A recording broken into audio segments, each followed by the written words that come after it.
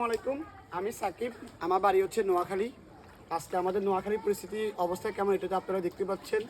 আমাদের নোয়াখালীতে সাহায্য করার জন্য জয়পুরহাট থেকে আমাদের কিছু ভাইরা এসেছেন।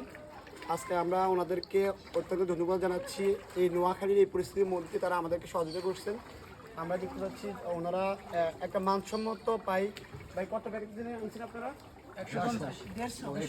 এখানে 150 টোটালি মনে হয় তারা আরও দেখছি যে অনেক বড় একটা টাক নিয়ে এসছে। আমরা দেখবো বাইরের মুখ থেকে শুনবো আমাদের নোয়াখালীর অবস্থা কেমন। ভাই আপনি বলেন যে আমাদের এই যে আপনি এখানে আসছেন আমাদের নোয়াখালীর অবস্থাটা কেমন আপনি একটু বলুন। খুব ভয়ানক। জি, আপনার থেকে মনে হচ্ছে কি না যে আমাদের নোয়াখালীতে আসলে কি মানে খারাপ অবস্থা আছে কিনা? খারাপ অবস্থা। হ্যাঁ, আমি আরো কয়েকটা ভাই থেকে দিচ্ছি। হ্যাঁ, আমাদের আরেক ভাই আছেন জয়পুরহাট থেকে। ভাই আপনি তো অনেক জায়গায় ঘুরছেন, বেশি করে দেবীপুর গ্রামটা এটা হচ্ছে 1 নম্বর ওয়ার্ড, নেয়াজপুর ইউনিয়ন, নোয়াখালীর মধ্যে পড়ে, নোয়াখালী সদরের মধ্যে পড়ে। বাইরে থেকে জানতে পারবো ভাই অনেকগুলো জায়গায় গেছেন তার নিয়ে। ভাই আপনি বলেন যে এই যে নোয়াখালীর প্রথম পরিস্থিতি আপনার থেকে কি মনে হচ্ছে যে এখানে বসবাস মতো জায়গা হবে কিনা?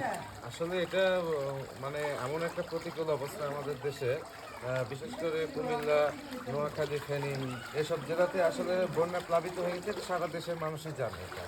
এখন আমাদের সকলের সার্বিক সহযোগিতায় এইসব গ্রামগুলোতে দেখানো উচিত, আমি এটা মনে করি। আর এখানে গ্রামে এসে যা দেখছি যে গ্রামের যে যুবক ছেলেরা আছে, তরুণরা আছে, তারা যে সার্বিক সহযোগিতা করে আমাদের এই যে বন্টন ব্যবস্থাকে সোজা করেছে, এটা আসলে অনেক ভালো লাগছে।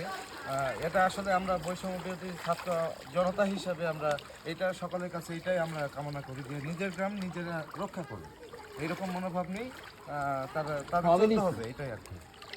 হ্যাঁ, বাইকটা অসংখ্য ধন্যবাদ। আর বর্তমানে আমরা আপনাদের এই যে আশ্রয় কেন্দ্র আমরা একটা ত্রাণ নিয়ে যাচ্ছি, আমাদের যে টুকু ত্রাণ অবশিষ্ট ছিল সেইগুলো আমরা ডিস্ট্রিবিউট করে দেব। হ্যাঁ, বাইকে ধন্যবাদ। আমরা ইতিমধ্যে দেখতে পাচ্ছি ওনারা একটা হিউজ পরিমাণ খাওয়া নিয়ে এসছে এবং যে খাবারগুলো আনছে ওইটা মানে খুবই ব্যয়বহুল এবং মানসম্মত একটা, যেটা আসলে এই মুহূর্তে নোয়াখালী যারা গৃহবন্দী আছেন তাদের জন্য শুকনো খাবারের প্রয়োজন নাই, কিন্তু ওনারা শুকনো খাবার না আনি চাল ডাল মানে আদার্স যা কি প্রয়োজন ওগুলো নিয়ে এসছে। এই জন্য আমরা নোয়াখালীবাসী থেকে ওনাদের কাছে অনেক কৃতজ্ঞতা। আমাদের এই বর্তমান পরিস্থিতির মধ্যে আমাদের এই বন্যা কবলিত এলাকার মধ্যে আপনারা আমাদের মাঝে আসছেন, আমরা সত্যি আপনাদের কৃতজ্ঞ। আমাদের পক্ষ থেকে দুটো সাপোর্ট আমরা আপনাদের দিয়ে যাচ্ছি। আমরা দেখতেছি এই যে আরেকটা ভাই, ওনার সাথে আমরা কথা বলবো, উনিও জয়পুরহাট থেকে আসছে, ওনাদের টিম। ভাই আমি আপনাদেরকে জানতে চাচ্ছি এই যে নোয়াখালীর যে গৃহবন্দী অবস্থা আপনি দেখেছেন, এটাতে আপনার কি মনে হচ্ছে নোয়াখালীর মানুষটা কতটা বিপদের মধ্যে আছেন? প্লিজ ভাইয়া। আসলে আসসালামু আলাইকুম, আমি মোহাম্মদ শাহাদুল ইসলাম শাহেদ। আমি আমার জীবনে কখনো এই লোকালয় পর্যায়ে এত পানি কখনো দেখি নাই। ইভেন আমি এখানে আসার পর থেকে প্রত্যেকটা বাড়িতে নিজে গিয়ে আমি ত্রাণ পৌঁছে দিয়েছি। ইভেন